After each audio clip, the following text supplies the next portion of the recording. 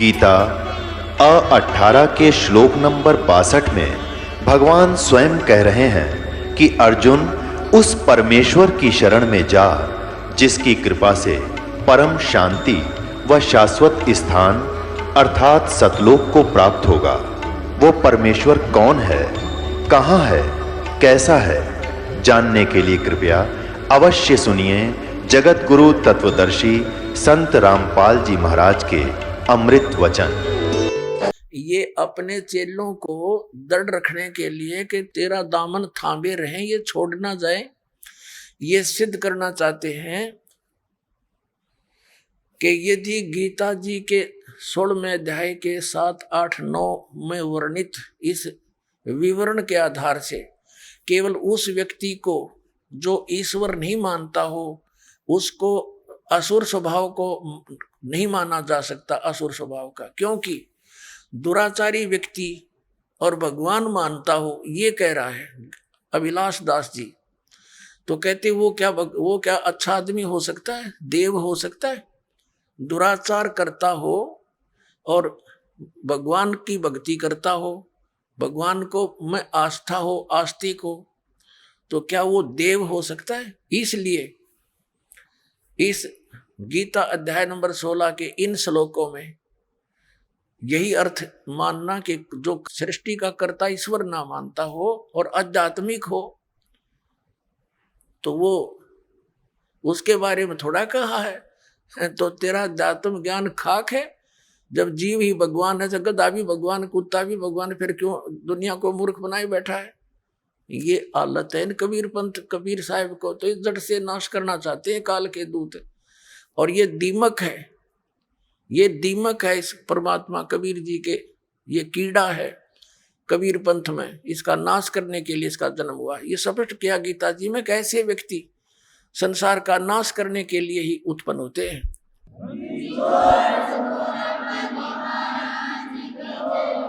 और कबीर साहब के उस ज्ञान, बीजक ज्ञान को ये क्या समझेगा जब इसने ये फाइनल कर दिया भगवान नहीं। तो उसके विषय में सूक्ष्म वेद में कहा है कि बीजक की बाता कहेंगे बीजक ना ही आथ, ये पृथ्वी डोबण उतर रेखा क मीठी बात। अब देखो, फिर देखिएगा ये 16वां अध्याय गीता सार, इस अभिलाष दास के ही विचार, ये देखिएगा ये क्या कहता है कि कोई मनुष्य दुराचारी हो और ईश्वर को मानता हो, उसमें आस्था हो, तो क्या वह देव हो जाएगा? और यदि कोई ईश्वर तो न मानता हो परंतु उसे स्वरूप ज्ञान, आत्म ज्ञान हो तथा वह सदाचारी हो, तो क्या वह असुर माना जाएगा? अब देखो कि वास्तव में तो जगत अनादि है, ये अभिलाष दास के विचार। इसका कर्ता खड़ा करना मन की कल्पना है, या इसका कोई भगवान नहीं है। इसके रचने वाला ईश्वर लोगों के मन की कल्पना है। और यहां देखो, जगत कर्ता ईश्वर न मानना असुरी संपदा नहीं है यदि वह अध्यात्मवादी या सदाचार परायण है। ये अपनी लिपापोती कर रहा है, अपनी आरती आप पर साझा भी हो कि जो भगवान जगत का कर्ता ईश्वर नहीं मानते वो असुर स्वभाव के नहीं कहे जा सकते यदि उसमें अध्यात्मवाद है, आध्यात्मिक है, सदाचारी है। और फिर यहाँ क्या कहता है कि कोई मनुष्य दुराचारी हो और ईश्वर मानता हो तो क्या वह भला व्यक्ति हो सकता है? क्या वो देव हो जाएगा? यदि कोई ईश्वर ने मानता हो, यानी अभिलाष दास, परंतु उससे स्वरूप ज्ञान हो, स्वरूप का ज्ञान हो, आत्म ज्ञान हो, तो वो सदाचारी हो, तो वह क्या असुर माना जाएगा? अब इसके इस जगत का कर्ता ने मानना असुर संपदा नहीं यदि वह अध्यात्मवादी सदाचार। फिर कहते हैं कि वास्तव में, फिर क्या बताया इसने, यहां बताया है कि वास्तव में तो जगत अनादि है, इसका कर्ता खड़ा करना एक मन की कल्पना है। ये कर्ता है नहीं, भगवान नहीं है कोई, और ईश्वर लोगों के मन की कल्पना। यदि उसकी आवश्यकता तब समाप्त हो जाती है जब उसको स्वरूप का ज्ञान हो जाता है। फिर ये कहता है कि कोई मनुष्य दुराचारी हो और ईश्वर को मानता हो तो क्या वह भला आदमी हो जाएगा, देव होगा। और जो ईश्वर को नहीं मानता हो, ईश्वर है ही नहीं, और परंतु उसको स्वरूप ज्ञानात्म ज्ञान हो, सदाचारी हो, तो क्या वो असुर होगा। अब इसकी इस पॉइंट को कि जो भगवान को मानता हो और दुराचारी हो, यूं कहता है वो केवल आदमी होगा, देव हो सकता है। अब गीता जी से इसका खंडन करते हैं। 9वें अध्याय के 30वें श्लोक में इसी श्रीमद् भगवत गीता में ये स्पष्ट लिखा कि हे अर्जुन, अति से दुराचारी व्यक्ति भी हो और उसकी भगवान में आस्था हो, उसको साधु समझना चाहिए। बता, इस नकली का है कोई ज्ञान? ये देखो श्रीमद् भगवत गीता, और ये तो गीता प्रेस गोरखपुर वालों की, और उसने इसकी नकल ला कर अपनी बकवाद गढ़ रखी सारी। ये देखिएगा अध्याय नंबर 9 और इसका श्लोक नंबर 30 में कहा है, यदि कोई अति से दुराचारी भी अनन्य भाव से मेरा भक्त होकर मुझको भजता है, वह साधु ही मानने योग्य है। अब बता,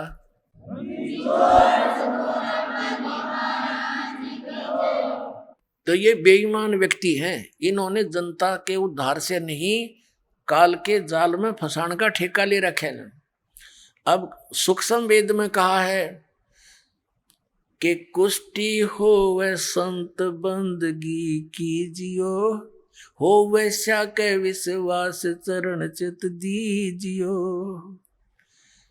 परमात्मा ने कहा है यदि किसी भक्त का कोड भी लाग रहा हो, कितना ही उसको दुख हो कर्म का, और वो भक्ति पर लग गया है, तो उससे हेट ना करना, उससे नफरत ना करना, उसको भी प्यार देना। वो भक्ति कर रहा है, वो भक्त हो गया। और वैसा का विश्वास, भगवान की श्रद्धा हो, भगवान को मानती है, वैसा कहते हैं चरण चित दीजिए।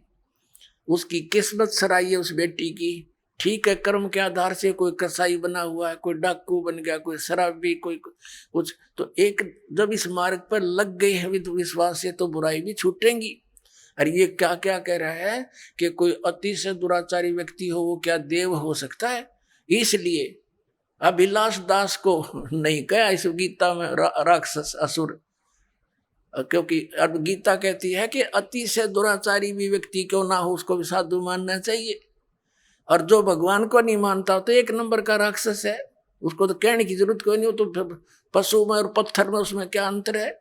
जब इतना जड़मती व्यक्ति है कि भगवान नहीं है, और फिर क्या है, तेरा मेरा सिर है वो नाश कर दिया। इस ऐसे नकलियों ने बैठा दिया अध्यात्म मार्ग का, अपनी तरफ अपने हिसाब से उन्होंने कथाएं बना डाली। अपने आत्मा इसकी सारी अटकलबाजी दिखा दूंगा, घनी देर ना लगे, क्योंकि आज मानव समझदार है। अभी तक इस मानव के पास कोई ऐसा विकल्प नहीं था जिसने कोई तुलना कर सके। तो दास ने ये तुलना करन के ISI मार्ग के बट्टे दे दिए बाट। अभी न मिनट हम तोलांगे। अरे इनके सब की ये कोथड़ी ये थैलेट खाली करके दिखा देगा दास, ये के भर रहे हैं, लिख रहे हैं के ऊपर। अरे जो इन व्यक्ति नो के भगवान है ही नहीं।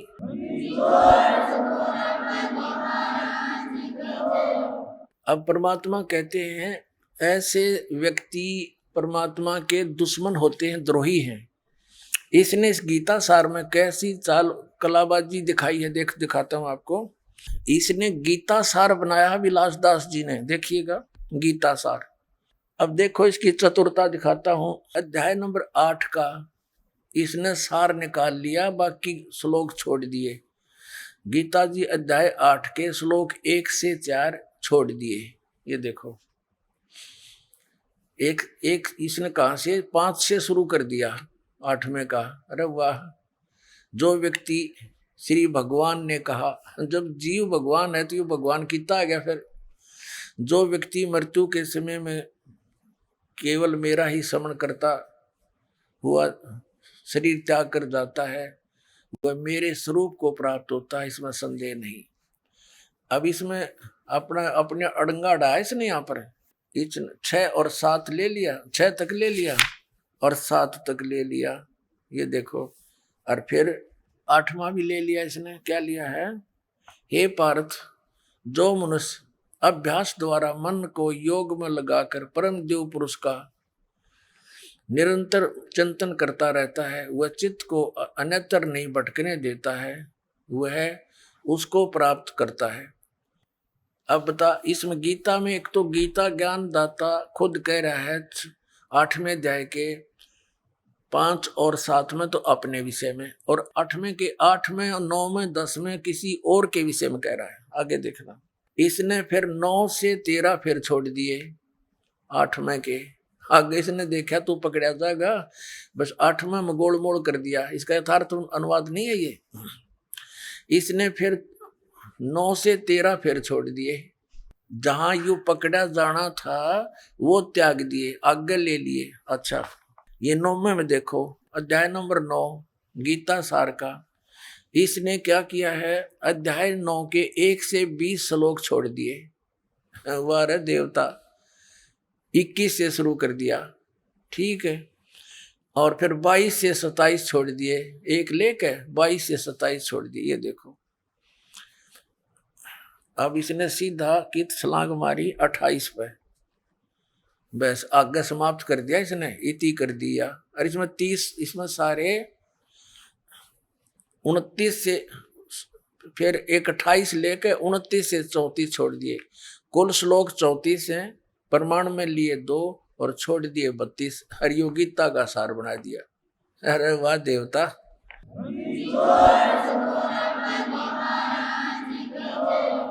श्रीमद् भगवद गीता अध्याय नंबर 15 के अंदर, और बिल्कुल निर्णायक ज्ञान है।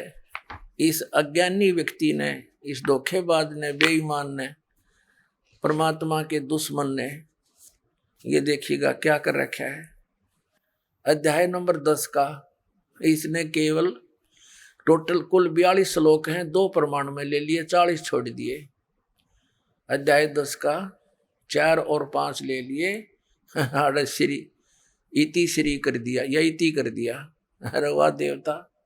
अब 11वां ले लिया, 11वां में कुल 55 श्लोक हैं, 1 ले लिया, चम्मन छोड़ दिए। वाह रे देवता। ये 55 ले लिया, बाकी सारे छोड़ दिए। ये बस ये इति कर दिया। ऐसे ही सब में कर रखा है इसने। बाकी कुछ एक बता देता हूँ आपको, ज्यादा नहीं। अब 15वें में देखो इसकी कलाबाजी।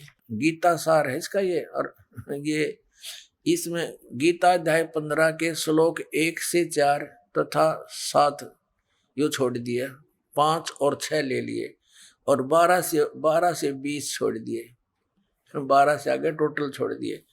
ये देखो 15वें अध्याय का इसने 5वें से शुरू कर दिया। हाय हाय, अरे तेरा गजब हो। जो माल था, जो असली ज्ञान था, वो तो नाश फेंक दिया, काट के एक लो है। और इसने ये रख लिया इसमें। थे 1 से लेकर 4 में निर्णायक ज्ञान है। ऊर्ध्व मूलम अधः शाखम, ऊपर को जड़ और नीचे को तीनों गुण रूपी शाखा वाला लटका हुआ उल्टा लटका संसार रूपी वृक्ष है। और जो व्यक्ति इसको सभी पार्ट्स में जानता है, सभी भागों को जानता है, स वेदविद, वो तत्वदर्शी संत है। और ये कबीर पंथी को आवे, कबीर साहब की वाणी से परिचित नहीं। परमेश्वर ने अपनी वाणी में, अमरवाणी में लिखा है, अक्षर पुरुष एक पेड़ है, निरंजन वा की डार, और तीनों देवा शाखा है, ये पात रूप संसार। ये 15वें कहा इसने 1 से 4 छोड़ दिया, और 16-17 छोड़ दिया, जिसमें कति निर्णायक ज्ञान। ये देखिएगा, ये गीता अध्याय 15 गीता सार है ये। अब इसमें इसने केवल 5वां ले लिया, 1 से 4 छोड़ दिए, और 6ठा ले लिया। ये देखो 6ठा ले लिया, पृष्ठ 188 पे ये 6ठा ले लिया। उसके बाद इसने 8वां भी ले लिया, 8वां भी ले लिया, और फिर 9वां ले लिया, 7वां छोड़ दिया, 10वां ले लिया, और 11वां भी ले लिया, 11वां यहाँ खत्म कर दिया। बस ठीक है। वाह रे देवता। और चौथा अध्याय के 1 से 16 छोड़ दिए। अरे तेरा गजब भैया, जहाँ निर्णायक ज्ञान था चौथे अध्याय का, सारा निर्णय ज्ञान दे रखा है कि तू यदि हठ योग करेगा तेरा निर्वाह क्यों करोगा। और यू हठ योग बतावे विलास दास जी, ये हठ योग बतावे। ये भगवान इनको परमात्मा कहते हैं, ये तो परमात्मा के दोषी हैं, अपराधी हैं। और कहते हैं पापी पर बाद ना बैठो, मुख देखे पाप लगे जाका। 9-10 मास गर्भ त्रास दे धिक्कार जन्म उसकी माँ का। अब इस अभिलाष दास जी ने तो ऐसा काम कर दिया चतुरता दिखा के। एक समय एक राजा ने महल बनवाना था, अपने मंत्री की ड्यूटी ला दी, भाई बढ़िया मकान बढ़िया सामान लगवाना अपनी देख रेख में।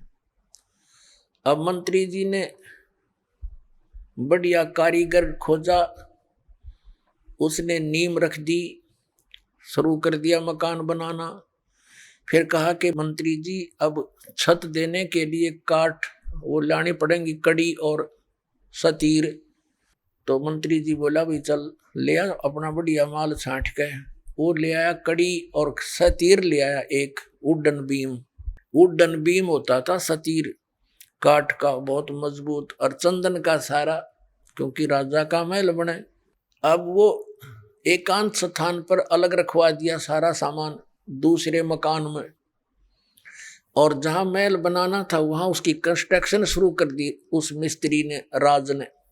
उधर से मंत्री जी ने सोचा कि राजा का काम है, किसी और अच्छे कारीगर ने दिखा लेता हूं। और इस ऊपर के जो छत के ऊपर दारमदार होता है, और सतीर एक वेरी इंपॉर्टेंट पता है इसका कि सतीर के ऊपर ही सारा कुछ दारमदार होता है, सारा लोड सतीर पर ही आता है। ये उस मिस्त्री ने बता दिया था कि जी बढ़िया सतीर लेना पड़ेगा, क्यों सारा लोड इसी पर आता है। तो मंत्री जी ने सोचा भी राजा का मामला है, कहीं सतीर कमजोर और कोई खराब ना आ गया हो, किसी और कारीगर ने दिखा लेता हूं। वो और अन्य राज बुला लिया। उस राज को यानी मिस्त्री को, लक्कड़ मिस्त्री को दिखा कि भाई देखना ये सतीर ठीक है ना।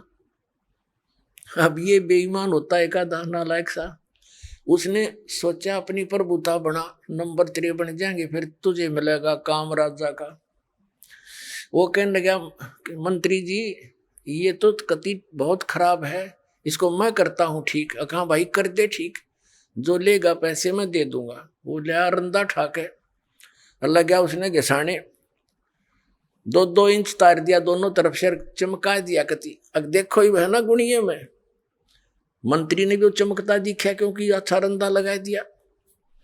मंत्री जी ने सोचा भाई देख किसी बात बिगड़ जाती, अगर नो का नो रख देते छत पे तो राजा डांट मारा हो मेरे पे। उसने सोची एक मिस्त्री ने और दिखा लो कि फिर भी कसर रहेगी हो।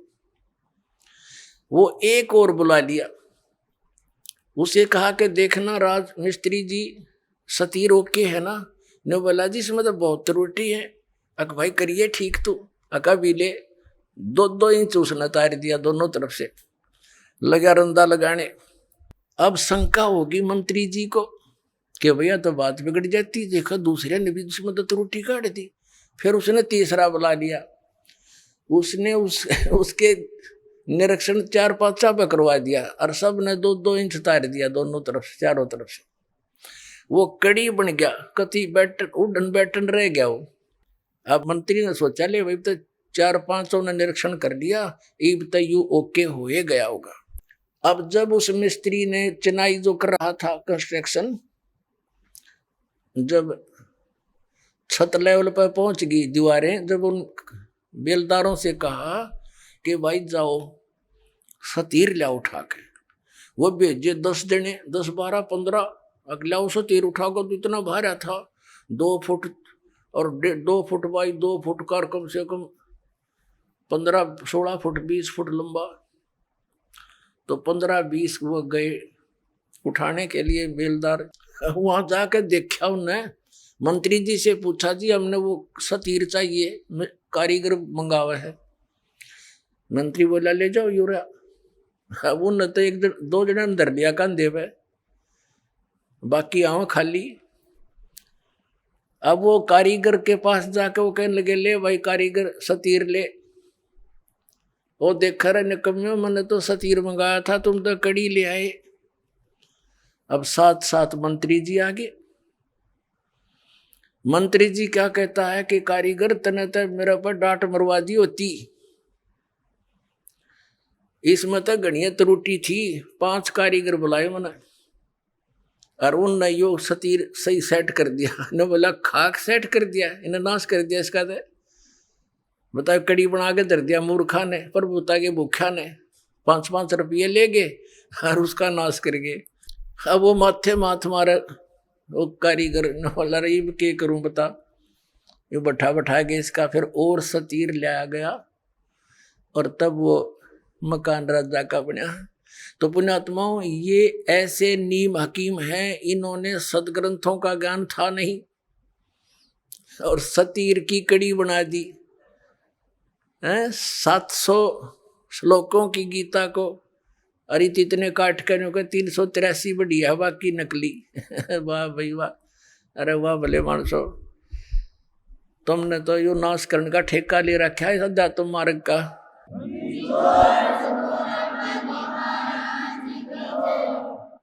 अब ये व्यक्ति,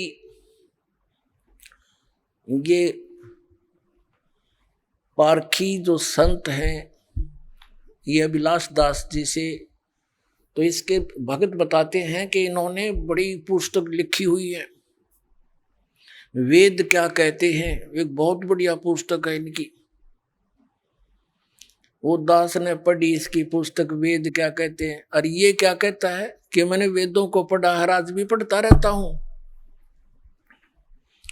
और इससे पूछा कि वेदों में परमात्मा निराकार बताया है। बोला नहीं नहीं, ऐसा कुछ है ही नहीं उसमें।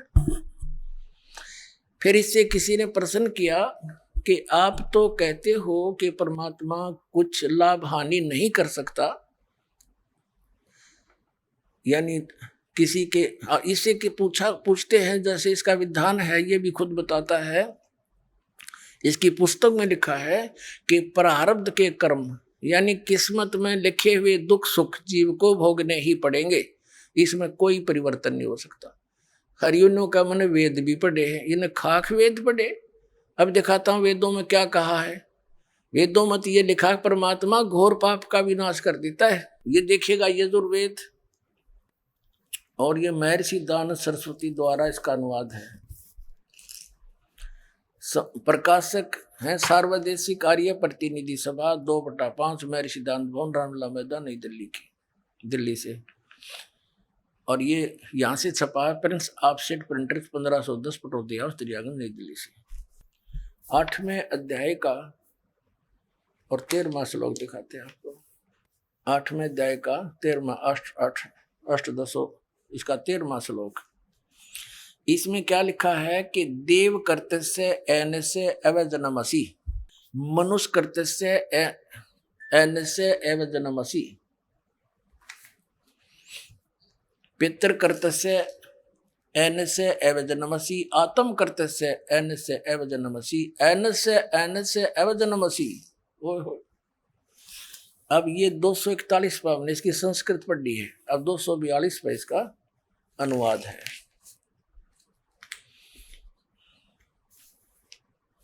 ये इसमें क्या लिखा है कि हे सबके उपकार करने वाले मित्र, आप दान देने वाले के अपराध के विनाश करने वाले हैं। अब पुण्यात्माओं, ये तो सारे के सारे जितने संत महंत आचार्य शंकराचार्य, ये महर्षि, ये संत अभिलाष दास जैसे, तो ऐसा काम कर दिया इनने मेरे साथ में। एक व्यक्ति था, वो किसान था और अकाल गिर गया। उसने सोचा भी खेती में तो काम गुजारा चला नहीं, तो कोई और धंधा कर ले। उसने क्या शुरू कर दिया, ये चाकी राण का काम ले लिया। उसने 2 बसोली खरीद ली, वो कट करने की, और चाकी राण का काम उसने शुरू कर दिया। अब पहले चाकी कैसे रहा करते, हाथ से चलाने वाली जो चक्की पत्थर की होती हैं उसके पार्ट हुआ करते, दो होते हैं, अभी भी गाँव में तो बहुत है, और वो घिस जाते थे चलते चलते, तो उनको ऐसे समझदार सा व्यक्ति उनको चांट दिया करता, चांटे मार देता, वो फिर से वर्किंग ठीक हो जाती उनकी, तो उसको चाकी राणा कहते हैं। अब उसने कभी काम किया नहीं था, पहले दिन मुहूर्त करी एक गांव में जाके, उसने आवाज लगाई कि चाकी ठीक करवा लो। एक बुढ़िया बोली भाई आजा चाकी ठीक कर दे मेरी। अब ठीक है ताई, बता कौन सी है भैया देख ले। उसने उतार कर पाट रख लिया। बुढ़िया कहने लगी भाई मैं कुएं तो पानी ले आऊं जल, कुएं से दूर दूर कुएं हुआ करते गांव में, और आप इतने या चाकी ठीक कर दो का अच्छा ताई जा बेच सकते हैं। अब उसने सोच कदे काम करा नहीं था, ने सोची जल्दी जल्दी कर ले, जब पहले आवाज में और एक काम मिल गया तो यहाँ कोई आया ही नहीं है बताई, तो उसने माड़ी स्पीड भी पकड़ ली, वो 2-4 मारे गद्दा गद, वो पार्ट टूट गया। उसने सोची भैया तो बात बिगड़ गई, बुढ़िया चौनी दे नहीं, और तू भाग ले अपने सारे औजार उठा के।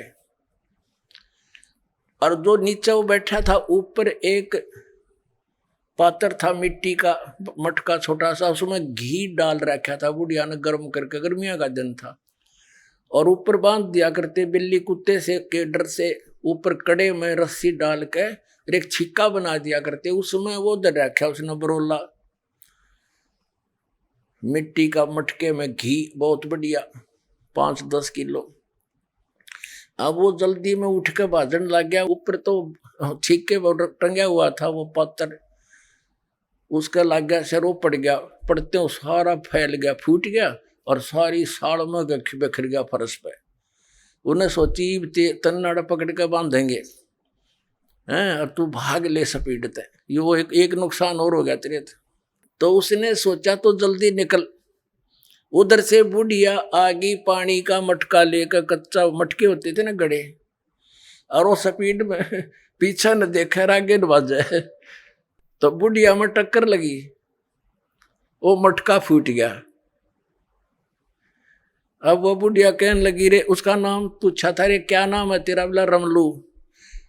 बोला रे रमलू तने रो लूं, तने यूं कह कर मेरा मटका फुड़वा दिया। नो बोला ताई भीतर देखें जाइए रोए जाइए।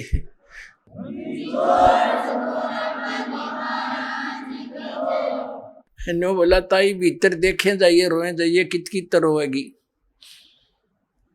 तो इन कित रो एक नहीं सारा किया, इसने नया चाकी रा रखी है, ऐसा नाश कर रखा है। यो मैं ऋषि दयानंद वेदों का विद्वान पाक रहा था, और इस जैसा विद्वान नहीं। इसने भी इस पॉइंट पर क्या कहा है कि परमात्मा निराकार है, और परमात्मा साधक के पाप नाश नहीं करता। बता फिर और परमात्मा क्या करेगा जब हमारे दुख, क्योंकि हमें कोई कष्ट है प्रारब्ध में अपने जीवन में, वो पाप से होता है और सुख पुण्य से होता है, और उस दुख का नाश होगा जब हमारा प्रारब्ध के पाप का नाश हो जाएगा। जैसे पैर में कांटा लगा हो किसी के, और उसको कोई ये कहे कि भी पैर का कांटा तो निकला नहीं, जूता पैर ले आगे कांटा नहीं लगेगा। उस कांटा लगे पैर में जूता नहीं पहना जा सकता, वो तो कांटा निकले, और फिर उसको कहे सलाह दे कि अब जूता नहीं निकालना, इस सफर में बहुत कांटे हैं, तो फिर इस डर से वो जूता कभी नहीं निकालेगा कि कहीं फिर से कांटा ना लग जाए। तो पुण्यात्माओं, किसी के कोई कष्ट है शरीर में है, या संसारिक कोई दुख है, कोई लाभ हानि, कोई हानि हो रही है, कोई कर्जा हो गया है, तो उससे दुखी है वो, और कोई ये कहे कि तो तेरा प्रारब्ध भोगना ही पड़ेगा, तुझे भक्ति कर ले। अब बता, दुखी आदमी भक्ति कर सकता है? जिसने देना हो 2 लाख रुपया कर्जा खड़ा दिखाई दे कर दे वाला, और भी कोई सिर में दर्द हो, पेट में दर्द हो, वो कैसे भक्ति करेगा? तो पहले वो कांटा निकले पाप कर्म का, तब सुख हो, और फिर वो राम नाम का जूता, उसको ये मर्यादा बताई जा रही है, भक्ति दी जाओ, फिर आजीवन पालन करेगा वो भक्त। तो ये क्या कहते हैं, देखिए एक झलक साथ में से एक नकली महर्षि की ओर दिखा दूं, दोनों का तालमेल सा लगभग मिलता जुलता है इनके विचार। देखिए ये एक सत्यार्थ प्रकाश है, इसकी रचना महर्षि दयानंद की। अब देखो ओह महात्मा जी ने नु देखा इस पोज में तो मर जाए आदमी कटके, अक महर्षि पड़ा होगा, भगवान पा लिया इसने। ओह हरीब देखना, इसका ज्ञान दिखाता हूँ थोड़ा सा, एक का झलक बतेरी, इतना समय नहीं। इसकी तो धोती सी धोकर रखी हमने कती। ये देखो ये सत्यार्थ प्रकाश है, और ये इसमें क्या लिखा है कि वेद आदि विविध सद शास्त्र प्रमाणे संविनता है। किसके द्वारा, यानी वेद आदि सभी विविध प्रकार के सद शास्त्रों का आधार से इसकी रचना हुई है। किसने करी है रचना? इसकी देखो कितनी महिमा कर रखी है महर्षि दयानंद की। श्रीमत परमहंस परिव्राजक आचार्य महर्षि दयानंद सरस्वती स्वामी विरचित है। और ये कहाँ से प्रकाशित है? वैदिक यति मंडल, दानंद मठ, दीनानगर, पंजाब से। ये छपा कहाँ से है?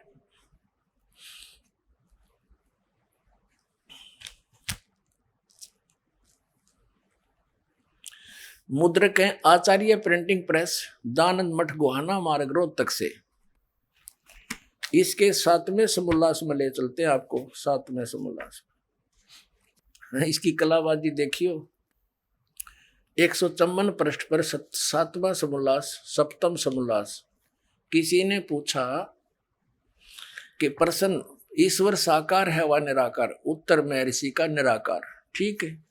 और यहां फिर इसके बिल्कुल 155 पे किसी ने प्रश्न किया, 155 पृष्ठ पे 7वें समोल्लास में प्रश्न, क्या स्तुति आदि करने से ईश्वर अपना नियम छोड़ स्तुति प्रार्थना करने वाले का पाप छुड़ा देगा? यानी स्तुति यानी भक्ति करने वाले भगत के भगवान क्या उनका प्रार्थना करने से पाप छुड़वा देगा? उत्तर महर्षि का नहीं। अब साधक कहता, प्रश्नकर्ता कहता, फिर भक्ति किस लिए करें, स्तुति प्रार्थना फिर किस लिए करें, क्यों करें, क्यों करना? उत्तर महर्षि जी का कि उनके करने का फल अन्य ही है, और फल है। अब प्रश्नकर्ता कहता भी फिर और क्या फल है, जो भगवान पाप तो नाश नहीं कर सकता, फिर और क्या फल है?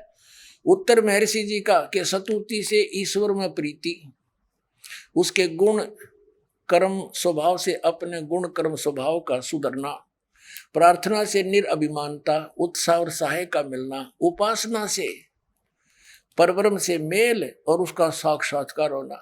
देख रहे हो, तो यो भांग पिया करता।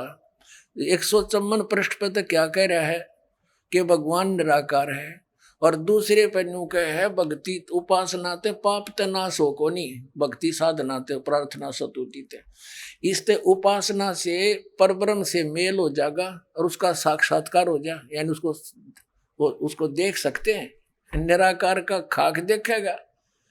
बता, एक इस 154 पृष्ठ पर तो निराकार कह रहा है, और अब पे 155 पर साकार सिद्ध कर रहा है। और फिर दूसरी थ्योरी इसने क्या बताई है कि परमात्मा अपने उपासक के भगत के पाप नाश नहीं कर सकता। तो प्रश्नकर्ता ने कहा भी फिर और क्या करेगा भगवान, कि इससे और लाभ है। और क्या लाभ है? कि भगवान का दर्शन हो जाएगा। अकल देखो इसकी। अब ये तो वो जैसे किसी ने साबुन विक्रेता का बड़ा बोर्ड ला रखा और कोई उससे पूछता है क्या आप साबुन विक्रेता हैं, बहुत बहुत बड़ा प्रसिद्ध, तो क्या साबुन कपड़े के मैल छुड़वा देगा? हाँ, वो उत्तर दे साबुन विक्रेता कि नहीं, कपड़े के मैल तो नहीं छुड़वाएगा। तो प्रश्नकर्ता तो स्वाभाविक कहेगा भी फिर साबुन का प्रयोग किस लिए करें? तो वो उत्तर देव है कि साबुन के प्रयोग से कपड़े का मैल तो नाश नहीं होएगा, लेकिन और लाभ है। वो क्या लाभ है कि कपड़ा मजबूत हो जाएगा। ये विधान है।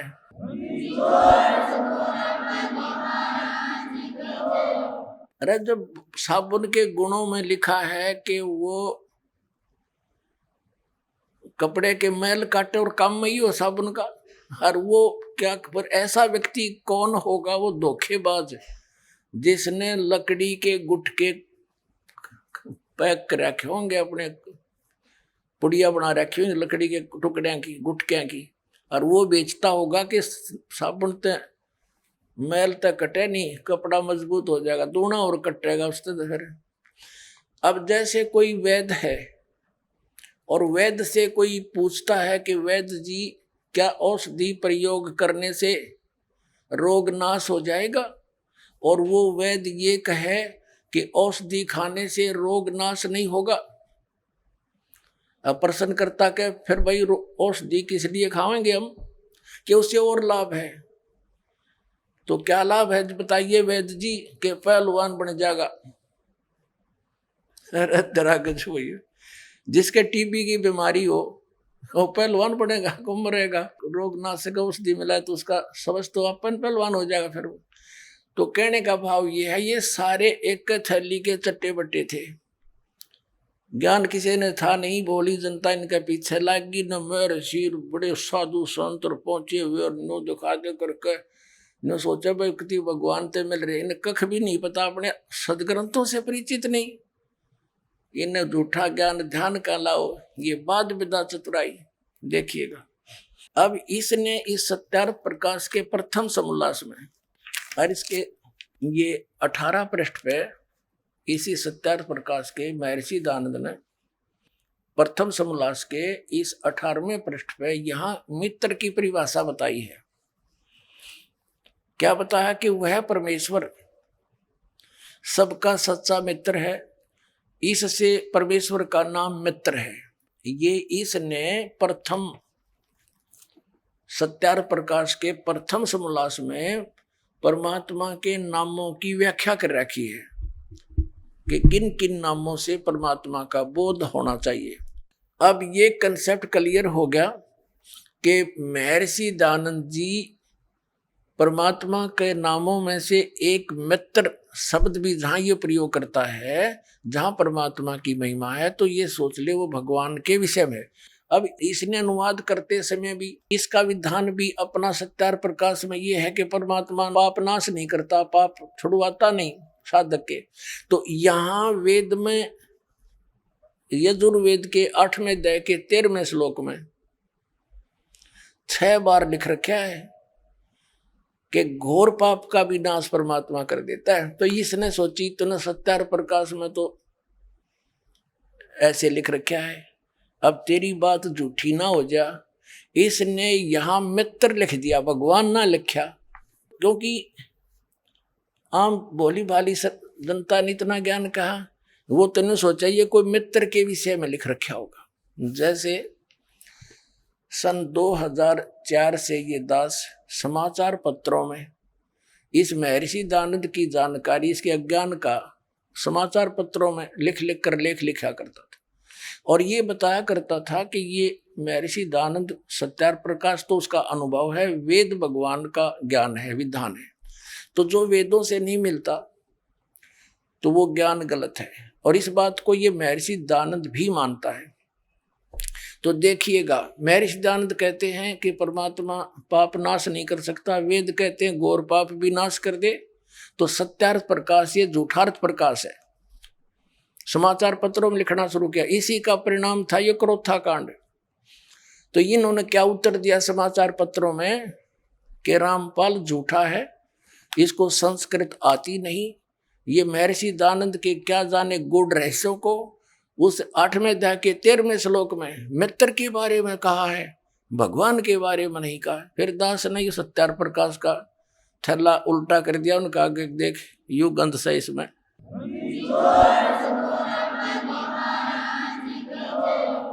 अब हम फिर आ जाते हैं यजुर्वेद के इस महर्षि दानंद के अनुवाद, महर्षि दानंद का अनुवाद है यजुर्वेद। अब हम फिर इसमें दिखाते हैं आपको। अब यहां पढ़ रहे हैं हम यजुर्वेद के 8वें अध्याय का ये 13वां श्लोक। यहाँ तो संस्कृत है ओनली, और इसका 241 242 में अनुवाद किया है इसने। यहाँ ये अनुवाद करता स्वयं महर्षि दानंद है। हे सबके उपकार करने वाले मित्र लिख दिया यहाँ पर, यहाँ लिखना था सबके उपकार करने वाले परमेश्वर। और सत्यार प्रकाश में इसने स्पष्ट भी कर दिया कि सबका सच्चा मित्र साथी होने के कारण परमात्मा का नाम मित्र जानना। तो यहाँ मित्र मीन परमात्मा पढ़ेंगे हम। देखिए, हे सबके उपकार करने वाले परमेश्वर, आप दान देने वाले के से माने अपराध के विनाश करने वाले हो, नाश करने वाले हो। एवजनम, हम संस्कृत भी पढ़ देंगे क्योंकि देवनागरी लिपि है। और मनुष्यकृत्य से साधारण मनुष्यों के किए हुए एन से माने अपराध, अपराध कहो चाहे पाप कहो। एन से माने अपराध, एन से माने पाप कहो चाहे अपराध कहो, के विनाश करने वाले हो। पिता के किए हुए, एन से माने पाप ही समझो, विरोधाचरण नहीं, पाप के। अवजनम माने अच्छी प्रकार हरने, नाश करने वाले हो। अवजनम माने नाश करने वाले, विनाश करने वाले हो। अपने किए हुए, आत्म कर्तव्य से अपने किए हुए, एन से माने पाप के। अवजनम माने नाश करने वाले हो, दूर करने वाले हो। एन से अधर्म के, अधर्म यानी घोर पाप के नाश करने वाले हो। जानता हुआ मैं जो कुछ भी अधर्म आचरण किया करता हूँ वा करूं हो। अनजान में जो कुछ भी किया करता हूँ वा करूं, उस सर्वस्व माने सब, एन से माने पाप के। इसने दड़ंगा डाण तो मतलब था पाप के, अपराध के। एवजन माने नाश करने वाले हो, दूर करने वाले हो। ओए होए, अरे ये नो का हम वेद भी पढ़े हैं, टट्टू वेद पढ़े इतने। जब वेद तो कहते हैं परमात्मा घोर पाप का विनाश कर देते हैं, ये नो के प्रारब्ध में जो लिख दिया वो फाइनल है। ये इनकी मनगढ़ंत कथाएं हैं, ये जनता के जो ना शत्रु बन करके पृथ्वी पर उतरे हैं। और विशेष कर जो ये कहता है कि भगवान है ही नहीं, फिर अध्यात्म भी कहे, अपने आप को आध्यात्मिक भी कहता है। तेरा गजब हुई हो, हे भगवान। अपने आत्माओं थोड़ी सी कलाबाजी इसकी ओर दिखाते हैं। ये जो पारखी संत हैं, ये परमात्मा की उस वाणी को, बीजक को सत्य मानते हैं, ओनली बीजक को। पुण्यात्माओं, जिसने हल्दी की गांठ ले ली और उससे पंसारी का बोर्ड लगा लिया, ये कोई वो एक हल्दी की गांठ से पंसारी नहीं बनता। कबीर परमेश्वर की सर्ववाणी ही मान्य है। कबीर पवित्र, कबीर सागर और कबीर साखियां, कबीर शब्दावली, कबीर दोहावली, कबीर साहिब की ये कबीर बीजक, ये सभी परमात्मा का दिया हुआ ज्ञान है। इसमें थोड़ी सी झलक दिखाते हैं आपको। इस कबीर साहिब के बीजक ग्रंथ में सबसे पहली वाणी है, ये देखिएगा, ये है सतगुरु वे नमः। और सतगुरु कबीर विरचित, कबीर बीजक तो कबीर साहब द्वारा रचित है, अनुवाद करता गलत है। ये पारक सिद्धांत इनका, ये पारक सत्यमेव जयते यहाँ लिखना था झूठमेव जयते। हाँ, सत्यमेव जय, सत्यम तो ही जीतेगी। देखिए, ये व्याख्याकार है अभिलाष दास, ये प्रथम भाग है। ये कहाँ से छपा है? वही प्रकाशक है, कबीर पारक संस्थान, संत कबीर मार्ग, प्रीतम नगर, इलाहाबाद। ये मुद्रक है वही, Indian press private limited, Panna Lal road, Allahabad. ये देखिएगा, इसमें क्या लिखा है? बीजक प्रथम रमैणी है बीजक की, ये प्रथम रमैणी है। ये देख, इसमें क्या लिखा है परमात्मा ने कि अंतर ज्योत शब्द एक नारी, हरि ब्रह्मा ताके त्रिपुरारी, ते तिरिये भगलिंग अनंता, तेऊ न जाने आदि और अंता, बाखिर एक विधाता की ना, और 14 ठाहर पाठ सोलीना।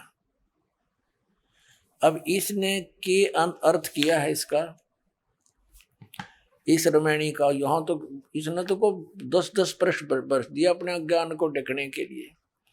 ये क्या कहता है, सभी देवधारियों के भीतर एक ज्ञान ज्योति है। आइए अब हम उन श्रद्धालुओं के अनुभव जानते हैं जो जगत गुरु तत्वदर्शी संत रामपाल जी महाराज जी से दीक्षा प्राप्त कर चुके हैं तथा उनके द्वारा बताए गए भक्ति मार्ग पर चल रहे हैं। नमस्कार सर। नमस्कार सर, क्या नाम है आपका? भोलानाथ हाजरा। भोलानाथ जी, आप कहाँ से हैं? गांव सुनीति, डिस्ट्रिक्ट केंद्रापाड़ा, उड़ीसा से। संत रामपाल जी महाराज से नाम दीक्षा आपने कब ली? 25/4/2014 से। संत रामपाल जी महाराज से नाम दीक्षा लेने से पहले आप क्या भक्ति साधनाएं करते थे? जैसे समाज में परंपरागत साधना हिंदू समाज में चल रहा था, ऐसे ही हम लोग साधना कर रहे थे जी। तो फिर आप संत रामपाल जी महाराज की शरण में कैसे आए? संत रामपाल जी महाराज के शरण में ऐसे आना हुआ कि मेरे मन में बहुत सारे क्वेश्चन पहले थे जो मेरे को कहीं से नहीं मिल रहा था उसका आंसर, और बहुत सारी परेशानियां मेरे परिवार में थे, मेरे को भी थे, जिसका हाल कहीं से मेरे को नहीं मिल रहा था जी। जैसे कि मेरे को साइनस की बीमारी थी, जिसके वजह से मैंने एलोपैथी की जो है मेडिसिन बहुत सारे डॉक्टर से करवाए, स्पेशलिस्ट से करवाए, लेकिन उसमें कोई लाभ नहीं हुआ। उन्होंने उल्टा मेरे को ऑपरेशन के बोल दिए, और मैं जो है ऑपरेशन भी करवा लिए, उसका भी कोई लाभ मेरे को नहीं मिला। और मैं थक हार के फिर मैं एलोपैथी की जो होम्योपैथी की शरण में गए, वहाँ से मैंने स्पेशलिस्ट फिर इलाज करवाया, वहाँ से मेरे को भी लाभ नहीं मिला। ऐसे मेरे जो है छोटा सा बच्चा है जिनको निमोनिया की शिकायत थी, और बार बार उसको बुखार हो रहा था, और उसको पाइल्स की भी शिकायत थी। उसको भी मैंने डॉक्टर को दिखवाया, कहीं से उसका इलाज नहीं हुआ, उल्टा मेडिसिन उसको शरीर में रिएक्शन करने लग गए। हमारा पत्नी के जो है पैर में दिक्कत थी, और सुबह जो है वो बेड से नीचे उतर नहीं पा रही थी, और उसका भी इलाज मैंने हड्डियों का जो स्पेशलिस्ट होता है उनको मैंने दिखवाया। जितना दिन मेडिसिन कंटिन्यू करता था उतना ही उसको आराम मिलता था, बाकी वही दिक्कत चालू हो जाता था। मेरे को जो पाइल्स की बीमारी थी ये मेरा वंशगत थी, और मेरे को ये विरासत में मिले हुए था, और मैंने इसको डॉक्टर को दिखवाया। वो डॉक्टर ने कहा ये तो तुम्हारा जो है वंशगत है, इसको काफ़ी लंबे समय तक इलाज कराना पड़ेगा। इलाज भी मैंने लंबे समय तक किया, लेकिन उसका कोई रिजल्ट मेरे को नहीं मिला। और मेरा छोटा वाला लड़का जो है, मेरे से उसके शरीर में वो बीमारी चली गई, और 3 साल के बच्चे में लेटरिन में जो है ब्लड आने लग गए। उसको देख के मैं बिल्कुल घबरा गया, और उसका भी इलाज मैंने करवाया, लेकिन कहीं से मेरे को आराम नहीं मिला जी। और मेरे को जो है गैस एसिडिटी की बीमारी थी, कुछ भी खा लेता था उसका गैस एसिडिटी बनती थी शरीर में, और उसका दवाई भी काफ़ी मैंने करवाया, लेकिन कहीं से मेरे को लाभ नहीं मिला जी। जैसे कि सर जी मैंने आपको पहले बताया, मेरे दिमाग में संत रामपाल जी महाराज ने पहले कुछ क्वेश्चन डाल दिए, जो क्वेश्चन मैं आपके सामने बयान करना चाहता हूँ। कि जैसे हिंदू संप्रदाय में हम लोग बिलोंग करते हैं, तो हिंदू संप्रदाय में जो भी मंत्र बोला जाता था उसका पहले जो है ओम नाम लिया जाता था। तो मेरे दिमाग में ये एक दिन एक क्वेश्चन आया कि ये ओम मंत्र किसका है, इसका जाप करने से क्या लाभ मिलता है, और इस मंत्र का सब मंत्र के पहले क्यों लगवाया जाता था। मैंने काफ़ी लोगों से पूछताछ की, लेकिन मेरे को कहीं से संतुष्टि आंसर नहीं मिली। दूसरा ये मेरे को क्वेश्चन जो था कि इतिहास कहता है, जैसे हम लोग हिंदू संप्रदाय में बिलोंग करते हैं, तो हम लोग जो विष्णु जी को सब कुछ मान लेते थे, उसको ही परमात्मा सर्वशक्तिमान मानते थे। तो ये क्वेश्चन आया मेरे दिमाग में कि इतिहास कहता है विष्णु जी का अवतार जो है रामचंद्र जी जो कि त्रेता में आए थे, और ये संसार वाले उनको पहचान ना सके, उनके साथ लड़ाई झगड़ा करने लगे, उल्टा वनवास भेज दिए, और उनको कितना दुख जतनाई दिए। फिर वो विष्णु जी का अवतार भी जो है द्वापर में आया, विष्णु जो कृष्ण जी के रूप में, उनके साथ भी लड़ाई झगड़ा करने लगे, उनके साथ भी कितना जतनाई उनको दी गई। तो उसी टाइम अगर उनको परमात्मा भगवान, उस टाइम तो मैं उनको भगवान ही मानता था, जैसे समाज में हम लोग को प्रचलित है प्रथा। उसी के आधार से। तो उस टाइम मेरे दिमाग में क्वेश्चन आया कि अगर उसी टाइम जब रामचंद्र जी आए थे त्रेता में और कृष्ण जी आए थे द्वापर में, जो जो लोग उनको पहचान लिए तो उनका तो भाग्य बिल्कुल खोल गया है, क्योंकि जिसको परमात्मा मिल जाए उसको और क्या चाहिए। तो इतिहास ये भी कहता है कि भगवान जो है सृष्टि में नर रूप में कहीं ना कहीं विराजमान हमेशा रहता है। तो आज का डेट में अगर परमात्मा तो नर रूप में कहीं विराजमान होंगे, अगर वो मुझे मिल जाए तो मेरे को और क्या चाहिए, सब कुछ मेरे को मिल गए। ये सारे क्वेश्चन जो है मेरे दिमाग में चल रहे थे। और 2014 में मार्च के महीने में मेरे दुकान में एक छोटा ब्लैक एंड व्हाइट का 14 इंच का टीवी था, और मैं जो है उसमें मेरे 2 बैड हैबिट थी। मैं क्रिकेट का बहुत ज़्यादा फैन था, और साथ में जो डिबेट चलता था टीवी चैनल पे, जैसे खिलाड़ी का, साइंटिस्ट का, और धर्मगुरुओं का, उसमें मेरे को जो धर्मगुरु का जो डिबेट चलता था, उसमें आपस में जो वो बच्चे को जैसे लड़ रहे थे, उसको देख के मेरे को बहुत हंसी आता था। एक कैसा धर्मगुरु है, हमको तो शिक्षा देता है अच्छे, और देखो टीवी चैनल के ऊपर आपस में लड़ रहे झगड़ रहे हैं। तो वहाँ पे मेरे को बहुत हंसी आता था। तो ऐसा देखते देखते 2014 में मार्च के महीने में 7:30 बजे मैंने ये टीवी चैनल का जो है चेंज कर छेड़ रहा था। अचानक जो है टीवी में डिस्प्ले में दिखाई दिया, एक लिखा दिखाई दिया मेरे को। उसमें लिखा ये आ रहा था कि कौन ब्रह्मा का पिता है, कौन विष्णु का माँ, शंकर का दादा कौन है, हमको दे बता। मेरे को वो लिखाई जो दिखाई दे, मेरे को हंसी आई। ये पागल हो गए ये टीवी चैनल वाले, कौन ब्रह्मा का पिता है, कौन विष्णु की माँ, ये क्या दिखा रहा है, इनका दिमाग खराब हो गया, ये पागल हो गए। तो मैं वहीं पे वो चैनल जो है रिमोट रख लिया और देखने लग गया कि ये क्या आंसर इनका देते हैं। और बंदी छोड़ सदगुरु रामपाल जी महाराज ने उसके बाद जो है, हम लोग हिंदू संप्रदाय जिस शास्त्रों को मूल आधार से मानते हैं, जैसे गीता हो गया, पुराण हो गया, वेद हो गया, वेद को तो हम 1 नंबर में मानते थे, तो उसको खोल के एक एक सारे प्रमाण सहित ये बता दिए कि कौन ब्रह्मा का पिता है, कौन विष्णु का माँ, शंकर का दादा कौन है, बंदी छोड़ सदगुरु रामपाल जी महाराज ने। और सर जी, मैंने उसके बाद 1 महीने के अंदर उड़ीसा से बंदी छोड़ संत रामपाल जी महाराज जहाँ रहते हैं, हरियाणा हिसार डिस्ट्रिक्ट के बरवाला आश्रम में, 1 महीने के अंदर मेरे से रहा नहीं गया। और 1 महीने के अंदर मैं उनके आश्रम में जाके उनसे नाम उपदेश लिए जी। सर, जैसे कि आपके बताए अनुसार आप बहुत ज़्यादा परेशान थे, बहुत ज़्यादा दुखी थे, तो क्या संत रामपाल जी महाराज से नाम दीक्षा लेने के बाद आपको लाभ मिले? सर जी, जैसे मैंने बंदी छोड़ सदगुरु रामपाल जी महाराज के शरण में आए, तो जो दवाई मेरे शरीर में काम नहीं करता था, वही दवाई मेरे शरीर में काम करने लगे। मेरे के जो पाइल्स की बीमारी थी, जिस लैट्रिन में मेरे को खून पड़ता था, मेरे बच्चे में भी वही बीमारी थी। मेरा छोटा वाला लड़का जो कि 3 साल का था, वो अपने आप जो है वो बीमारी ख़त्म हो गई।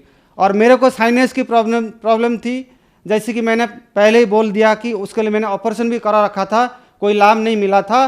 वो श्री बंदी छोड़ सदगुरु रामपाल जी महाराज के चरणामृत और प्रसाद मात्र लेने से वो आहिस्ता आहिस्ता ठीक होने लग गए। और मेरे पत्नी जो है, उसको जो बीमारी थी, जैसे वो सुबह चल नहीं पाती थी बिस्तर में उठ के, वो भी अपने आप ख़त्म हो गए जी। ये सारे लाभ जो है बीमारी से मेरे को लाभ जो मिले जी। और सारे लाभ ऐसे मिले, जैसे मैंने बंदी छोड़ सदगुरु रामपाल जी महाराज से नाम दीक्षा जब लेके आए, तो मैं एक छोटा दुकानदार हूँ, और जो महीने के 20-25 हज़ार का जो मेरा बिजनेस होता है, तो वो बिज़नेस ऐसा होता है कि मैं 2-3 सेट से सामान लेके उधार में आता हूँ और 15 दिन में उसका पेमेंट मैं करता हूँ। तो मैंने जब 2014 में बंदी छोड़ सदगुरु रामपाल जी महाराज से नाम उपदेश लेके आए, तो मैंने वहाँ से नाम उपदेश लेके आने के बाद जो 10 दिन 11 दिन हो गए, ज़्यादा से ज़्यादा दुकान खोल पाया। मेरे वो सेट मेरे दुकान पे आ गए पेमेंट के लिए। इस दौरान क्या हुआ, जैसे मैंने आके दुकान खोले, मेरे दुकान में इतना सामान बिक्री होने लग गए कि मेरे दुकान में सामान ही बचा नहीं। और मैंने एक सेट के तो 40,000 का पेमेंट कर दिया था। वो आज तक भी ये बात कबूलता है और बोलता रहता है कि भोलानाथ जी, आपने जो 40,000 रुपये मेरे को पेमेंट दिए थे, उस कलेक्शन में मेरे को जितना कलेक्शन मिला था, आज तक इतना कलेक्शन कभी मिला ही नहीं। सर जी, ऐसा हुआ जी, मेरे को जो ज़मीन का मिला हुआ था, वो मेरे पिताजी गुजर जाने के बाद वो भाइयों में आपस में जो ज़मीन विवाद को लेकर लड़ाई झगड़े चल रहे थे। आपस में जो है मेरे जो है ज़मीन क्लियर नहीं हो पा रहा था। बंदी छोड़ सदगुरु रामपाल जी महाराज के दया से वो आहिस्ता आहिस्ता काफ़ी हद तक वो ज़मीन का विवाद अब ख़त्म हो चुका है जी। सर क्या आप नशा भी करते थे? सर जी, मैं जिस इलाका से हूँ वो इंडिया जहाँ पूर्वी साइड में इंडिया जहाँ ख़त्म हो जाता है और समुद्र जहाँ स्टार्ट हो जाता है उस वहाँ से हूँ बिल्कुल। वहाँ का जो समाज में ये रीति जो है वो तीनों के तीनों टाइम जो है नॉनवेज खाते हैं। मांस मदिरा और जो है नशा करना उनका जो है मामूली चीज़ है वहाँ पे। तो मैंने गुरुजी से जब ज्ञान सुना मेरे को रहा नहीं गया, तो मैंने 1 महीने के अंदर जो है बड़वाला आश्रम में जाके बंदी छोड़ सदगुरु रामपाल जी महाराज से नाम दीक्षा ली। हाँ, यहाँ एक चीज़ बताना चाहता हूँ। नाम दीक्षा लेने से पहले मेरे को कुछ नियम बताए गए कि आपको जो है मांस मदिरा और जो नशा वगैरह कुछ नहीं करना है। तो हम लोग का यहाँ पे जो प्रचलित समाज है वो तो सोमवार को बिल्कुल नहा धो के और गेरुआ वस्त्र पहन के चिता काट के बिल्कुल जो है भक्त बन के मंदिर में जाते हैं और जैसे ही मंगलवार आ लेते हैं फिर अपने उल्टे काम में सारे लग जाते हैं। ऐसे समाज में पैदा होने के कारण हम भी उसको सही मान के कर रहे थे। और हमारा वहाँ का जो धारणा बना हुआ है, अगर आप 6 महीना या 1 साल अगर नॉनवेज आप नहीं खाओगे, मांस नहीं भक्षण नहीं करोगे, फिर आप खटिया पकड़ लोगे, मतलब आपका मृत्यु सुनिश्चित है। बंदी छोड़ सदगुरु रामपाल जी महाराज से नाम दीक्षा लेने के बाद मैं जो मांस खाता था और सारे जो बुराई जो करता था ये सारे छूट गए जी बिल्कुल। आपने बताया कि आपने संत रामपाल जी महाराज से नाम दीक्षा ली। संत रामपाल जी महाराज के बारे में ये भी कहा जाता है कि वो संत रामपाल जी महाराज देवी देवताओं की पूजा छुड़वाते हैं, क्या ये बात सही है? सर जी, ये बिल्कुल गलत बात है। संत रामपाल जी महाराज कोई देवी देवता को नहीं छुड़वाते हैं। वो तो अपने शास्त्रों में जो विधि सही बता रखी है उसके अनुसार साधना हमसे करवाते हैं। हम उल्टे ये देवी देवता को जो मंत्रों का जो है साधना करते हैं। हमारा कमलों में जो देवी देवता बैठे हुए हैं उनका हम लोग जो है सही विधि से साधना करते हैं। समस्या ये है, जो लोग ये क्वेश्चन करते हैं कि संत रामपाल जी महाराज देवी देवता को भक्ति छुड़वाते हैं, उनको उल्टा शास्त्र अनुकूल भक्ति कैसे किया जाता है उसको बारे में पता नहीं है। वो जो साधना देते हैं वो मानते हैं कि हम सही साधना दे रहे हैं। उल्टा उन लोग जो साधना दे रहे हैं उसका कोई भी प्रमाण हमारा शास्त्र में विराजमान नहीं है। जो नकली गुरु है, मंडलेश्वर हो गया, आचार्य हो गया और जितने भी बैठे हुए हैं, उन लोग जो साधना दे रहे हैं उसका कोई भी प्रमाण हमारा शास्त्र में नहीं है। वो अपना मनमुखी कोई कुछ सुना रहा है, कोई कुछ सुना रहा है, लेकिन संत रामपाल जी महाराज जो भी साधना दे रहे हैं उसका एक एक प्रूफ हमारे ही शास्त्र में विराजमान है। सर, संत रामपाल जी महाराज से नाम दीक्षा कैसे ली जा सकती है? सर जी, संत रामपाल जी महाराज के शरण में आने के लिए आपको हर जगह में संत रामपाल जी महाराज के आदेश अनुसार नाम दीक्षा केंद्र खुला हुआ है।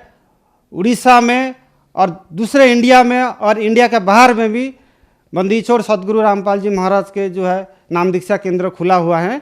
वहाँ आप जाके निःशुल्क बिल्कुल फ्री में उनसे नाम दीक्षा आप ले सकते हैं, बंदी छोड़ सदगुरु रामपाल जी महाराज से। धन्यवाद सर। सर नमस्कार जी।